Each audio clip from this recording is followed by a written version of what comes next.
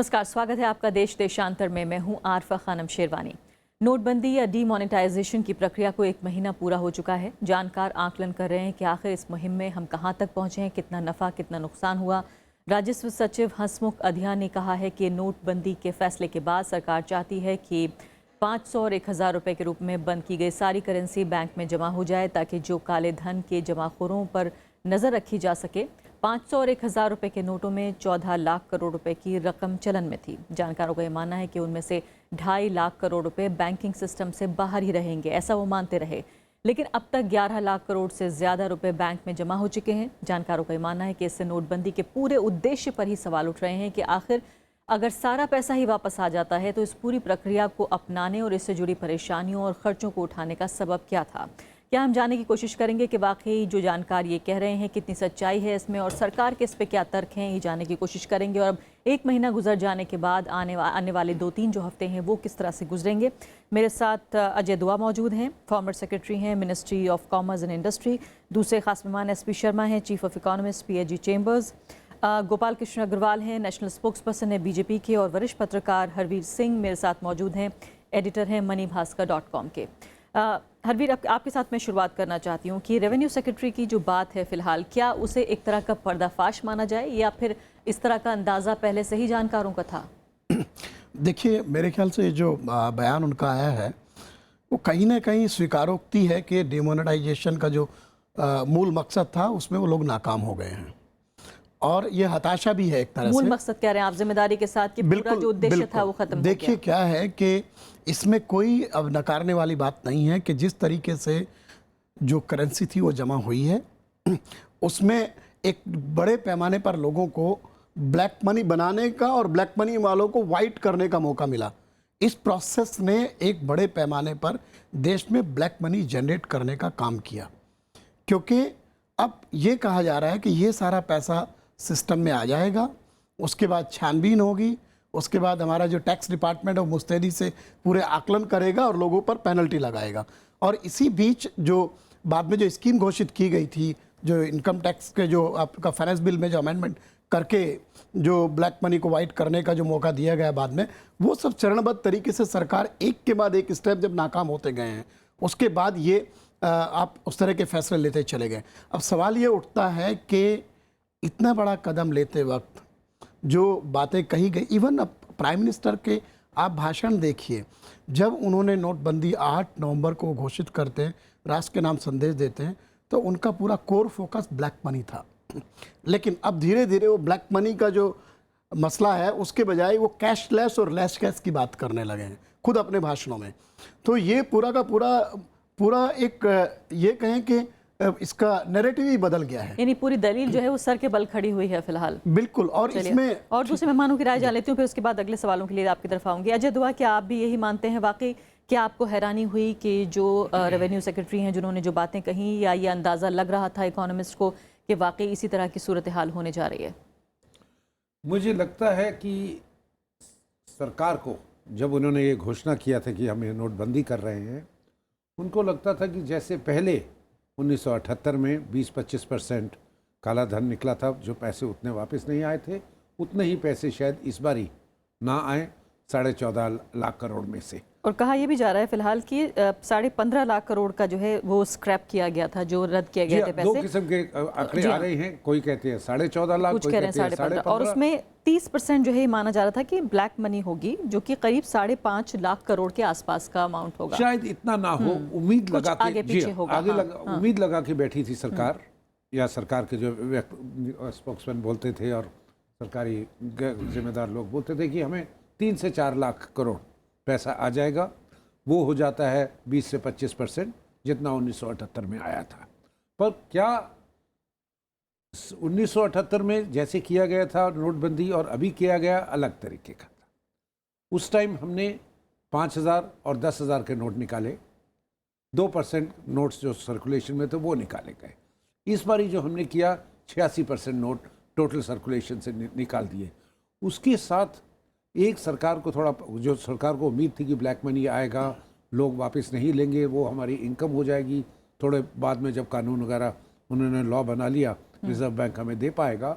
उसके अलावा उनको उम्मीद थी कि इकॉनमी में जो हम देख रहे हैं अभी अर्थव्यवस्था को काफ़ी मंदी आ गई है कि ये मंदी पहले शायद का लोगों को लगा कि 10-15 दिन के लिए है, पर जब तक नोट पूरे नहीं छप रहे और अब अनुमान आ रहे हैं कि ये नोट छपेंगे मार्च या अप्रैल महीने तक ही, तब तक कैश क्रंच जिसे कहते हैं अंग्रेजी में, उसके कारण लिक्विडिटी नहीं होने के कारण मुझे लगता है देश में मंदी रहेगी और उसका जो घाटा इकोनॉमी को पड़ेगा वो काफ़ी बड़ा हो सकता है। यानी कि बड़ा हिस्सा जो है अभी जो नोट स्क्रैप किए गए हैं उनका बड़ा हिस्सा तो अभी मार्केट में आया ही नहीं है, वो तो छापा ही नहीं गया है। तो आम लोगों की परेशानी के अलावा आप ये कह रहे हैं कि जो एक कैश का सर्कुलेशन होता है जिससे कैश फ्लो कहते हैं वो भी जो है रुका हुआ है।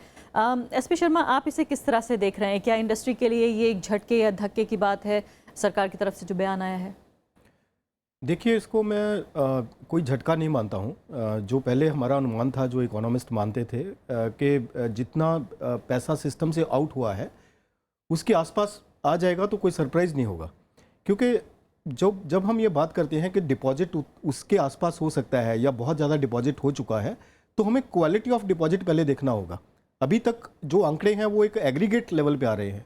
हमें देखना होगा कि किस तरीके से जो बैंकिंग सिस्टम में पैसा आया है उसकी प्रक्रिया क्या है, कैसे किन किन अकाउंट्स में पैसा आया है, कितना जो लोग ऐसे हैं जो जनधन से जुड़े हुए हैं उनके अकाउंट्स में कितना पैसा आया है, जो ऑलरेडी जो 30% टैक्स पेयर हैं उनके अकाउंट में कितना पैसा आया है। टैक्स लैब्स के अनुसार हमें पैसा देखना होगा, तभी जाके कोई मूल्यांकन हो सकता है कि ये जो स्कीम है वो हमारे लिए इकॉनमी के लिए बेनिफिशियल है या इसका कुछ गलत परिणाम है। लेकिन मैं ये समझता हूँ कि अगर पूरा पैसा आ भी गया तो भी कोई हमारे लिए सरप्राइज़ नहीं होगा, क्योंकि पैसा इसमें बहुत ज़्यादा एडजस्ट हो रहा है। लोग अब जिस तरीके से आंकड़े आए हैं ये माना जा रहा है कि जनधन योजना में पूरी दलील थी, जो पूरी जिरह थी ब्लैक मनी को लेकर कि जितना पैसा नहीं आएगा वो ब्लैक मनी माना जाएगा। अब अगर सरप्लस पैसा आ जाता है या उतना ही पैसा आ जाता है तो फिर उस पूरी दलील का क्या हुआ? तो बिल्कुल सर के बल खड़ी हो गई। मैं ये जानने की कोशिश कर रही हूँ। जी बिल्कुल, वो दलील को हम चैलेंज कर सकते हैं। दलील जो है वो उस तरीके से सही तो नहीं दलील है। दीजिए, दलील के जवाब में दलील का जो डेफिनेशन है वो हमें देखना होगा कि दलील का डेफिनेशन क्या है। हमारा जो कि ब्लैक मनी ही वापस आएगा वो मैं नहीं मानता। इससे जो लोगों का इंटेंट, जिस तरीके से लोग पैसा जमा कर रहे हैं, अगर वो बैलेंस भी हो जाता है तो सरकार के 3 ऑब्जेक्टिव जो रखे गए थे, एक तो जो नकली नोट है, जो कॉन्ट्रफिएट करेंसी है उसको किल करना था, दूसरा जो टेररिस्ट फंडिंग है उसको किल करना था, तीसरा ब्लैक मनी को। 3 ऑब्जेक्टिव थे। तो मैं समझता हूं कि एंड ऑफ द डे सरकार इन तीनों को तो पूरा करने में कामयाब होगी, क्योंकि आगे से नहीं, एक के बाद एक आते हैं। पहले आपने कहा जैसे ब्लैक कि नकली नोट की बात की आपने। नकली नोट अब जो सरकार सिस्टम बनाने जा रही है उस तरीके से मैं नहीं समझता कि वापस कोई नकली नोट सिस्टम में आएगा। हालांकि बात हो रही है कि लोगों ने नकली नोट छापे हैं, वो इस सिस्टम में जो अभी पिछले 2 हफ्ते में तो इसके बहुत सारे मामले सामने आए हैं, लोगों के 20-20 लाख और 30-30 लाख मामले सामने आ रहे हैं। वही मैं बताना चाहता हूं कि मामले तो सामने, अगर मामला ही सामने ना आए उसका मतलब है कि ब्लैक मनी सिस्टम, जो कॉन्ट्रफिएट करेंसी है वो सिस्टम में है। जब आपको पता चल गया, आपने पकड़ लिया, तो पकड़ने का आप वो चीज देखिए। यानी सब कुछ पकड़ा गया। आपको लगता है जितना नोट छपा उतना पकड़ा गया? जितना पकड़ा जाएगा। मैं नहीं समझता कि ऐसा करेंसी बाद में प्रिवेल करेगा। और दूसरे आपने कहा कि आतंकवादी जो गतिविधियां हैं उनमें जो पैसा इस्तेमाल होता है, आप देखेंगे कि कंपैरेटिवली उनमें बहुत कमी आई है आतंकवादी मामलों में। जी, कंपैरेटिवली, मैं ये नहीं कहता कि बिल्कुल खत्म हो गया है, लेकिन कंपैरेटिवली जो एक हमें जनरल फील जो आ रहा है वो ये है कि उसमें मैं चाहती हूँ आप जो कह रहे हैं उसको सब्सटेंशिएट भी करें आंकड़ों के साथ, कि आप कैसे बता सकते हैं कि आतंकवादी गतिविधियों में कमी आई है या पैसा नहीं पहुंच रहा है। देखिए, उसके लिए आंकड़ा जुटाना तो बहुत, वो तो हमें देख के, आप जब सुबह उठ के अखबार पढ़ते हैं तो उसमें सबसे पहले आपको न्यूज़ मिलते थे कि इतना कोहराम मच गया है, इतना कुछ हो गया है। लेकिन वो अभी आप पीछे के 15-20 दिन के अखबार उठाएंगे तो उसमें ऐसी कुछ ज़्यादा ऐसा चीज़ नहीं है, उसमें बहुत कमी है। काउंटरफीट मनी के कोई फिगर्स आ रहे हैं कि अभी तक ये जो 11 लाख करोड़ रुपए, अब आज तो रिजर्व बैंक ने कह दिया कि 11 लाख करोड़ वापस आ गए हैं। काउंटरफीट का संख्या जगह जो एक फिगर आ रहा है 0.0674% पिछले 3 दिन तक पहले का था। अगर 0.0674 है इस टोटल, तो कोई ज़्यादा मतलब 0.1 से भी कम है, 0.1 से भी कम है। ये होना भी गलत चीज़ है, इकोनॉमी में नहीं होना चाहिए इतना भी 17 लाख करोड़ के, पर वो इतना ज़्यादा बड़ा फिगर नहीं है जिसके का हम कह सके कि वो हमारा उद्देश्य में हम यशस्वी हुए हैं।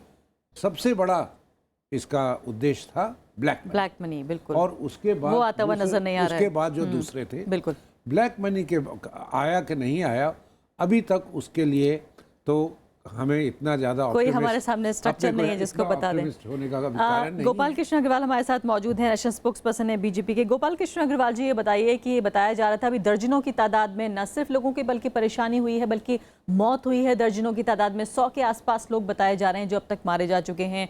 गांव के गांव ऐसे हैं जहां की पूरी इकॉनमी जो है ध्वस्त हो गई है, लोगों की फसलों को नुकसान हो रहा है। ये सब कुछ हमें बताया जा रहा था कि एक तरह से एक मॉरल प्रोजेक्ट की तरह देश को लेना चाहिए जिससे कि ब्लैक मनी जो है वो कम से कम उस पर काबू हो, ब्लैक मनी से छुटकारा मिले, एक नया देश बना रहे थे। ये सब बातें हमें बीजेपी के स्पोक्स पर्सन और तमाम वो लोग जो कि सरकार के इस कदम का समर्थन कर रहे थे वो हमें बता रहे थे। लेकिन आज के दिन क्या ये सब बातें आप कह सकते हैं? नहीं, देखिए, ये जो डिमोनेटाइजेशन या विमुद्रीकरण को एक आइसोलेशन में नहीं देखना चाहिए। जब से नरेंद्र मोदी जी की सरकार आई है तब के सारे स्टेप्स, एसआईटी के गठन से लेके आईडीएस को लेके, विदेशों में जो कर संपत्ति है, बेनामी प्रॉपर्टी है, और उस सारे आगे भी जो स्टेप्स आएंगे, जो विसल ब्लोअर एक्ट है, प्रिवेंशन ऑफ करप्शन एक्ट में मॉडिफिकेशन है, तो इन सारों को कंसोलिडेटेड व्यू से देखना चाहिए कि एक डिटरमिन्ड अप्रोच के साथ ब्लैक मनी को साफ करने का प्रयास मोदी जी ने किया है। अब सक्सेस फेलियर एकदम आज की डेट में अभी पूरा महीना बाकी है, इसमें आप ये नहीं डिसाइड कर सकते कि पूरी तरह से ब्लैक मनी सिस्टम से आउट हुआ है कि नहीं हुआ है। अभी ये ठीक है कि 11,50,000 करोड़ बैंक में जमा हो गया, फिर भी अभी शॉर्टेज है जो कि टोटल करेंसी में है। और ये जो 20% की फिगर थी, ये वर्ल्ड, जिसको गवर्नमेंट ने अपने डिमोनेटाइजेशन के टाइम पे कोट किया था, वो वर्ल्ड बैंक की रिपोर्ट है कि 20% हमारे यहाँ black economy across asset class है, यानी रियल एस्टेट में भी है, गोल्ड में भी है, फिर उसके बाद कैश करेंसी में भी है, उसमें फेक करेंसी भी है, टेररिस्ट इन्वॉल्वमेंट भी है। तो मल्टीपल इश्यूज थे जिसको टैकल करने का विमुद्रीकरण से एक प्रयास है, और ये it is part of larger steps जो गवर्नमेंट ने लिया था। चलिए, अच्छी उसके बात कही साथ आपने। इसके अदर बेनिफिट्स भी हैं। एक ठीक है, गोपाल डिसरप्शन जी। क्रिएट किया है। नहीं, एक मिनट, मेरी बात गोपाल जी, मैं पूरी कर दूं। आपसे ये सवाल नहीं, पूछ मैं रही एक हूँ, मिनट थोड़ी आप सी ही से बात पूछ और रही हूँ। पूरी कर दूं कि हाँ जी, मैं ये कह रही हूँ कि आप ये बता रहे हैं कि एक बड़ी तस्वीर देखने की कोशिश की जाए, इसको सिर्फ एक अलग तरीके से अलग थलग करके ना सोचा जाए। लेकिन मैं आपसे आज अलग करके सवाल पूछ रही हूँ कि फिलहाल हमने नहीं बल्कि जो रेवेन्यू सेक्रेटरी ने कहा है कि ऐसा मुमकिन है कि सारा पैसा वापस आ जाए। ऐसी सूरत में क्या जो ब्लैक मनी को लेकर 20%, 30% या 15% जो भी माना जा रहा था कि जो पैसा नहीं आएगा वो ब्लैक मनी माना जाएगा, क्या आज ये दलील जो है ध्वस्त हो गई है? मैं आपसे जानने की कोशिश कर रही हूँ।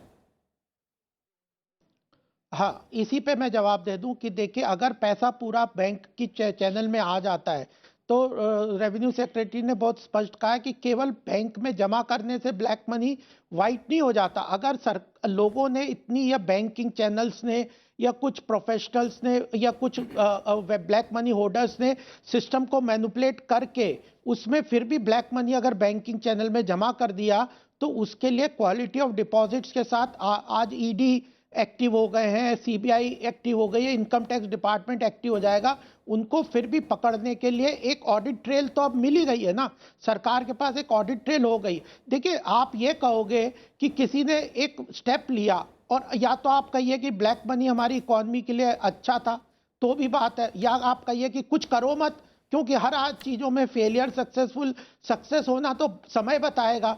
आप एक डायरेक्शन में जा रहे हैं इकोनॉमी के, उसमें एक स्टेप नहीं पूरी तरह कामयाब हुआ, नेक्स्ट लेंगे, नेक्स्ट नहीं होगा तो और लेंगे, इसके बाद भी कामयाब नहीं होंगे तो और लेंगे। ये कैसे कह सकते हैं कि अब हम तो फेल हो गए, हम ब्लैक मनी को इस देश से खत्म नहीं करेंगे, हम तो कुछ नहीं करेंगे, बैठे रहेंगे। नहीं, ठीक है, लेकिन गोपाल जी बैठी रहती थी, ये कहना चाहते हैं क्या? जी हाँ गोपाल जी, लेकिन 125 करोड़ के देश में, गोपाल जी आपकी बात हमने सुन ली है, मेरा सवाल भी सुन लीजिए।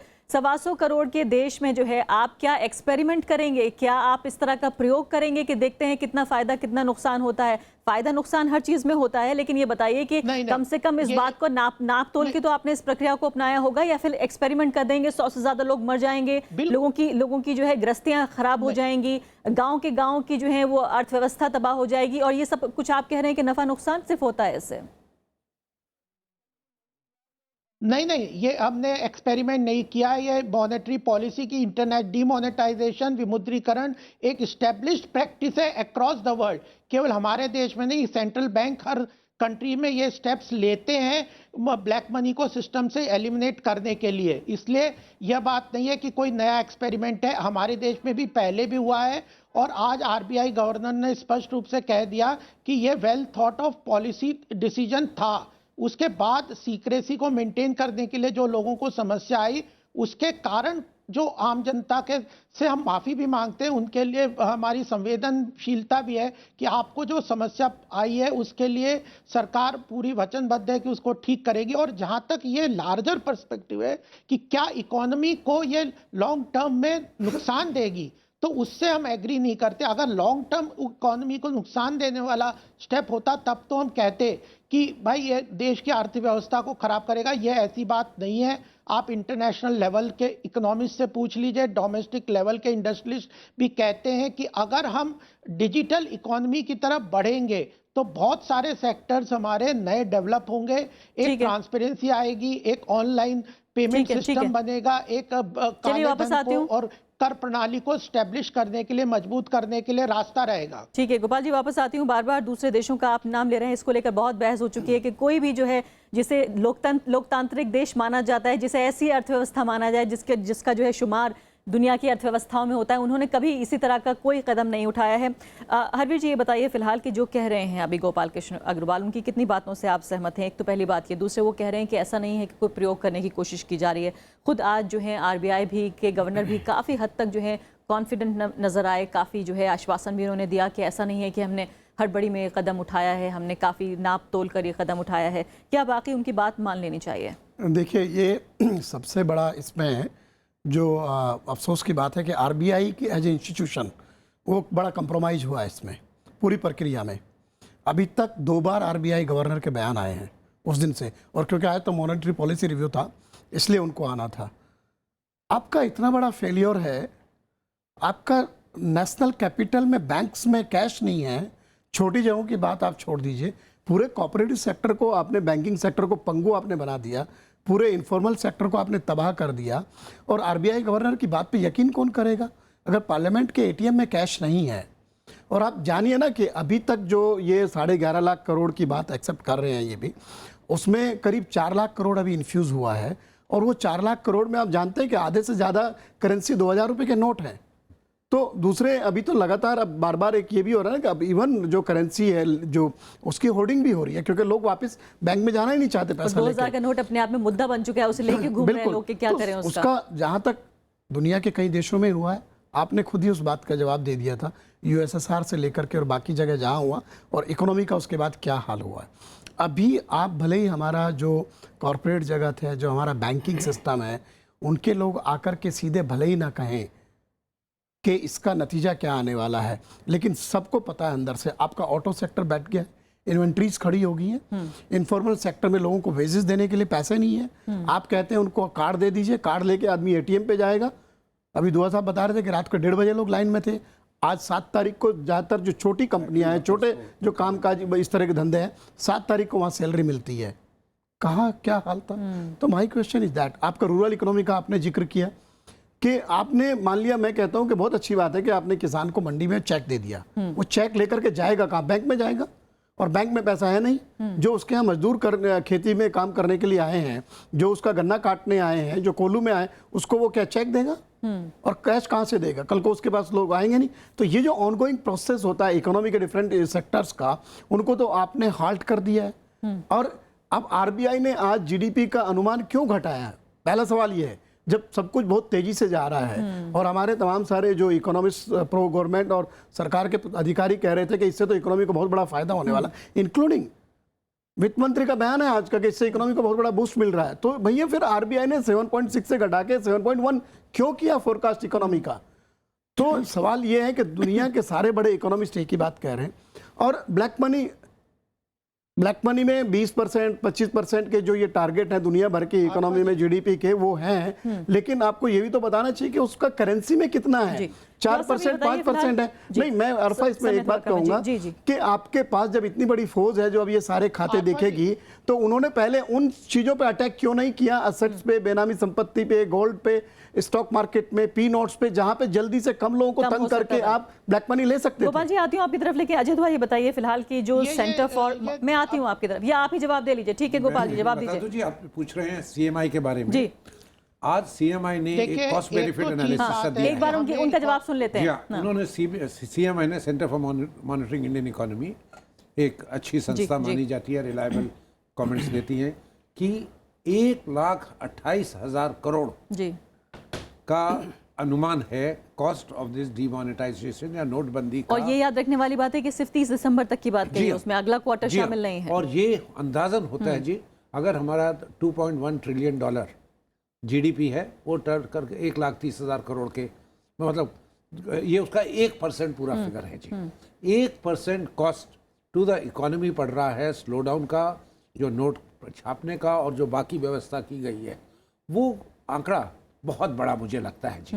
ये शायद हमने अनुमान कभी नहीं किया था, क्योंकि हमारे सामने जो उदाहरण था वो था 1978 का, जब आपने दो नोट निकाले थे, 2% थे और बहुत कम लोगों को अफेक्ट, बल्कि देखा जाए तो हमारे पास कोई उदाहरण ही नहीं है पूरी ह्यूमन हिस्ट्री में, कभी इतनी बड़ी तादाद में कोई कदम नहीं उठाया गया। इसी कारण मुझे लगता है कि क्योंकि उदाहरण नहीं था, हमने शायद एक बहुत बड़ा स्टेप ले लिया, और उसके साथ जो जिसे कहते हैं ना सूक्ष्मता में या माइक्रो कि सेक्टर्स कौन कैसे अफेक्ट होगा, क्या क्या किया जाए, शायद उसकी हम तैयारी नहीं कर पाए। ठीक है। और उसका कारण, एक तो कारण हो सकता है जी कि हमने इसके अंदर गोपनीयता रखनी थी, सबको ना बताया जाए, ठीक बात है, अदरवाइज उसका कोई असर प्रभाव ना होता। पर गोपनीयता हम आजकल बजट में भी रखते हैं ना जी।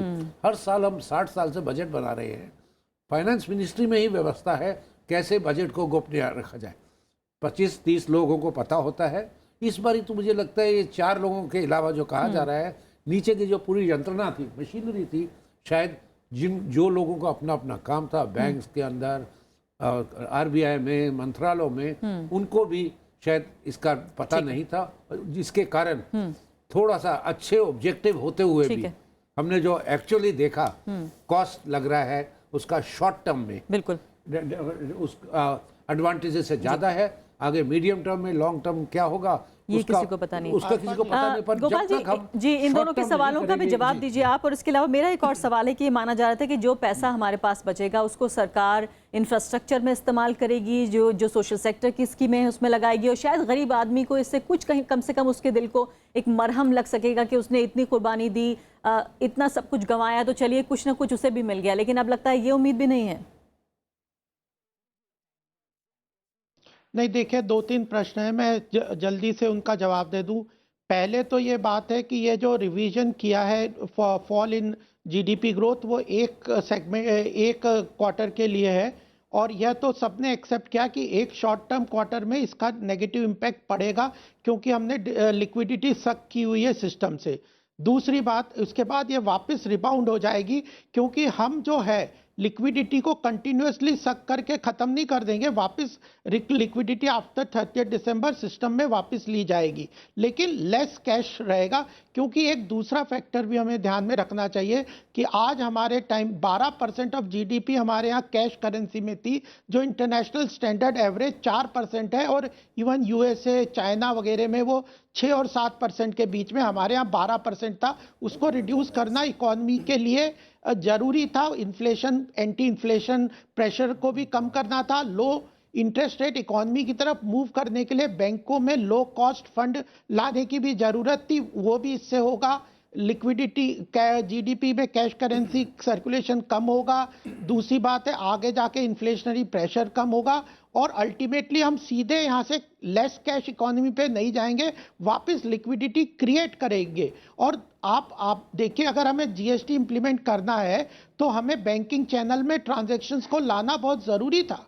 आप मल्टीपल इफेक्ट देखना चाहिए। मैंने यही कहा कि विमुद्रीकरण को एक ऑब्जेक्टिव से केवल जोड़ के, वो भी ऑब्जेक्टिव महत्वपूर्ण है लेकिन उस ऑब्जेक्टिव से अकेले नहीं जोड़ना चाहिए। और जहां लेकिन तक गोपाल जी, ये तो आम वही आदमी बात हुई है, कि आम अभी आदमी की डीमोनेटाइजेशन समस्या की है, वो बात हो रही थी, अब temporary है। बताया जा रहा है हमें कि कैशलेस इकोनॉमी की नहीं। बात आ गई है, फिर हमें बताया जा रहा है कि मोबाइल बैंकिंग कर लीजिए। नहीं, तो आपने एक जो बात जो कहा- शुरू जहां से हुई थी उसका सिरा नहीं मिल रहा है हमें, कि इसका सिरा हम नहीं पकड़ पा रहे हैं। कैश में भी बड़ी तेजी फर्क से है। ट्रांसफॉर्मेशन हुआ है। नहीं, कभी We भी started talking आप cashless, एक then main less cash. Objective जो आप कह रहे थे उसी पे स्ट्रिक्ट नहीं कर सकते।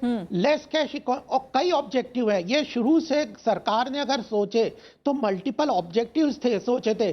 केवल ब्लैक मनी को खत्म करना एक अकेला ऑब्जेक्टिव नहीं था, वो चलिए भी गोपाल जी, मुझे महत्वपूर्ण था। कार्यक्रम खत्म दूसरा करना आपने कहा होगा कि आम जी। जनता को कैसे फायदा होगा। आम आदमी की अरे परेशानियां low खत्म cost- नहीं हो रही हैं, लेकिन कार्यक्रम मुझे जरूर खत्म करना होगा और उम्मीद हम ये करते हैं कि सरकार अभी भी शायद कुछ ऐसे कदम उठाए जिससे कम से कम जो जिसे लिक्विडिटी कहा जाता है वो बेहतर हो, लोगों को अपना पैसा जो उनका खुद का कमाया है वो मिल जाए वापस, और हो सकता है कि इकोनॉमी को कुछ फायदा, अगर सरकार कह रही है तो ये मानने को हम तैयार हो सकते हैं कि वाकई फायदा होगा। फिलहाल अभी के लिए इतना ही, नमस्कार।